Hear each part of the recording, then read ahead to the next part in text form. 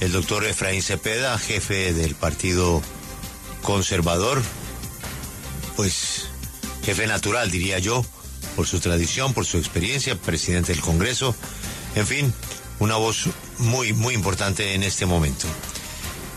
Doctor Cepeda, bienvenido a la W, buenos días. Julio, muy buenos días, con el agradecimiento por la amable invitación y por supuesto saludar a toda la mesa de trabajo, Marcela, a todos, doctor Casas y por supuesto pues a la innumerable audiencia. Presidente, ¿cuál es su opinión sobre, ante los problemas que están teniendo las reformas vitales del gobierno en el Congreso, que el presidente las proponga ahora a una consulta popular? Bien, yo pues expresé pues ayer que él está en su derecho de citar al pueblo a una consulta popular. Sin embargo, ese es un mecanismo bastante complejo. Primero pues las preguntas no pueden contener articulado, de manera que no sé cómo se formularían esas preguntas. Va al Senado, tiene 30 días el Senado para estudiarlas, aprobarlas o negarlas. Si las aprueba, luego en los 4 meses siguientes viene la consulta popular, una consulta que requiere el 30 o mejor un tercio del censo electoral. El censo electoral son casi 41 millones de votos, de manera que nos estamos acercando a 14 millones de votos necesarios y por supuesto tiene un costo. La consulta del 2018 creo que ascendió a 350.000 millones de pesos, ya estaríamos hablando de $500 millones de pesos. ¿De dónde sale aproximadamente? ¿De dónde sale ese recurso?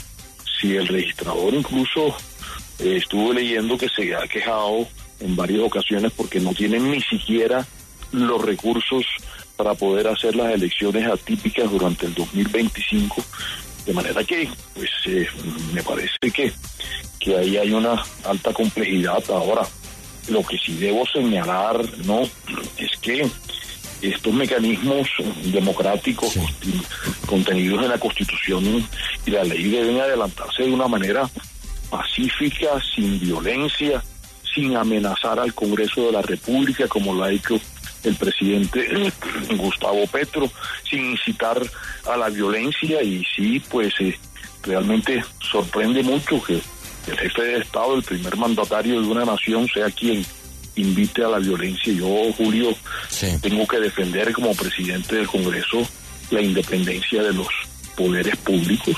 Recordemos que también estuvieron presionando a las cortes, con la gente en la calle. Pues los poderes públicos son independientes. Hoy, senador, tengo que ponerme del lado de los senadores de la Comisión Séptima, que estuvieron intimidados en el día de ayer por cientos de personas que ingresaron al edificio nuevo. Estuvieron pues allí sin poder salir durante algunas horas de la oficina de la senadora Lorena Ríos, de manera que yo creo que estos sí son mecanismos absolutamente antidemocráticos. Y el gobierno opta por el mecanismo de la consulta, pues por supuesto que tiene todo el derecho, Julio. Claro, pero senador, digamos que se avanza en la consulta, que se consigue la plata, que se organiza el calendario electoral, en fin, que todo se da para que la consulta ocurra. Y que, teniendo en cuenta que el mismo ordenamiento legal no permite que se pueda preguntar sobre un articulado, sino sobre un tema que es puesto a consideración del pueblo en general. Si la votación lograra alcanzar el umbral y si el sí a lo propuesto por el presidente pues obtiene la mayoría necesaria, ¿cómo se procedería después? Porque consideraría uno que entonces el Congreso queda en la obligación de atender lo que el pueblo decidió en la consulta, es decir, avanzar en las reformas. ¿Esto cómo se arma? ¿Cómo se organiza? Yo no soy abogado, pero por supuesto sí he estudiado estos esquemas. Yo considero que lo que se apruebe en una consulta popular es automáticamente ley, pero repito, si no puede contener articulado, ¿qué podemos decir? Quiere una reforma laboral, quiere una reforma a la salud. Incluso nosotros hemos venido diciendo y hemos estado en la orilla, por ejemplo, del sí a una reforma a la salud. El tema es el cómo, no que se haga sin imposiciones, sin pensar que el Congreso es notario de cómo lo diga el Ejecutivo, sin que se haya mínimos consensos.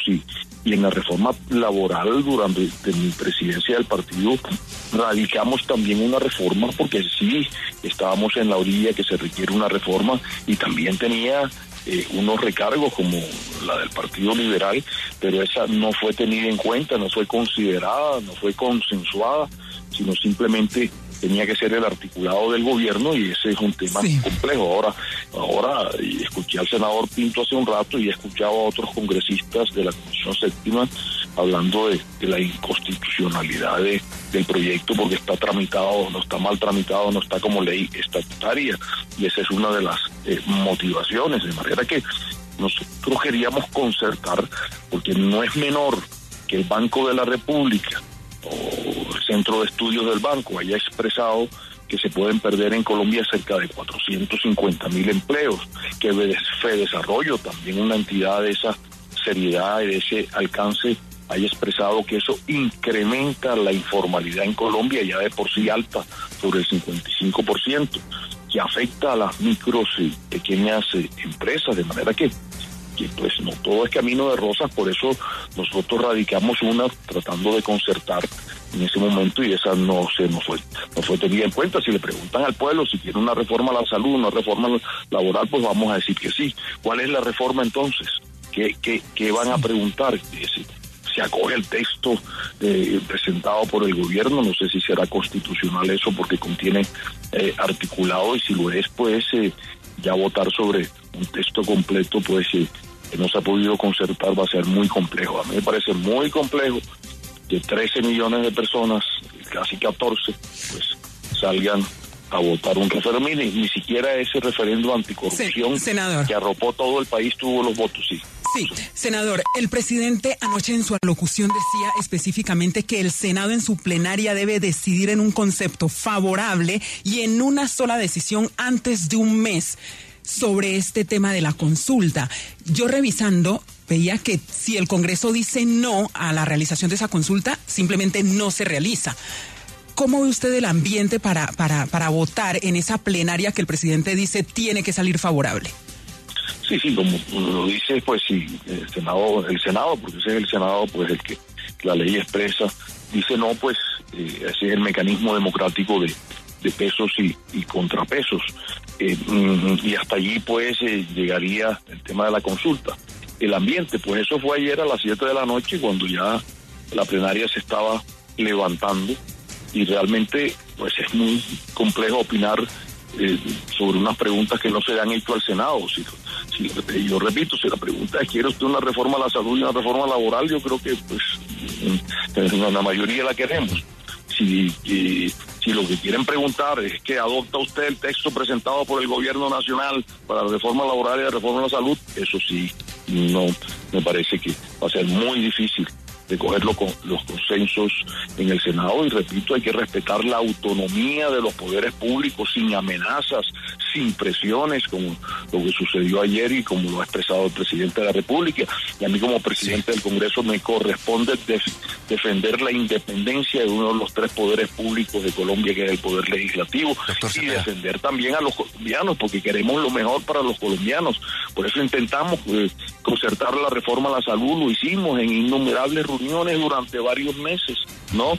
Y no fue posible, pues, en ese momento lograr una concertación, y hoy un sistema de salud que se está cayendo a pedazos. Doctor Cepeda, el presidente Petro, después de su alocución de anoche, abrió otra posibilidad para saltarse al Congreso y puso en X este otro trino. La reforma laboral vuelve a sus preguntas iniciales, que ahora se trasladarán al pueblo.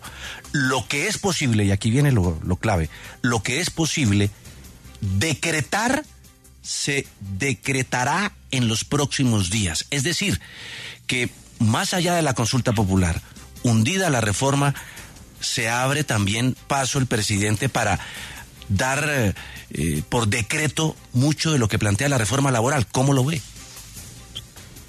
pues eso sí sería un examen minucioso de orden jurídico y ya sería la Corte la que tendría que revisar esos decretos y esos alcances, hasta qué punto pues hay facultades para ello, pero me parece que si el gobierno pues optó por presentar la reforma al Congreso, es que los caminos para decretar están bastante complejos y bastante cerrados. No, el camino siempre ha sido el del diálogo, el del consenso, que es el camino que jamás ha querido explorar el gobierno nacional. Senador, yo le tengo una última pregunta muy concreta, porque ya vamos a saludar al ministro de la Política. Muy concreta para una respuesta muy directa. El referéndum, la constituyente, la consulta popular, el plebiscito, iniciativas de consulta a la gente tienen un riesgo adicional, es el fracaso. Si una consulta popular avanza en el sentido que la desea el presidente para salvar sus reformas, ¿le fracasa? ¿Será el fin del gobierno o no? Pues sí, porque si realmente pues el gobierno dice que es el pueblo pues el que lo valida y el pueblo no lo valida, pues yo creo que queda desinstitucionalizado el gobierno. Por supuesto que también tengo que afirmar, este es un país democrático, de las democracias más sólidas de Latinoamérica, y cuando el pueblo eligió un presidente por 4 años, debe terminar el periodo de 4 años, pero por supuesto ya sería un mandato casi que revocado por el pueblo colombiano, pero que tiene que terminar el periodo, tiene que terminar el periodo. Señor presidente del Congreso, gracias por atendernos. Ha sido usted muy amable y pues ojalá que esto se solucione de la mejor manera para beneficio de todos los colombianos. Feliz mañana. Muchas gracias, Julio, y toda la mesa de trabajo innombrable oyente. Gracias por la invitación nuevamente.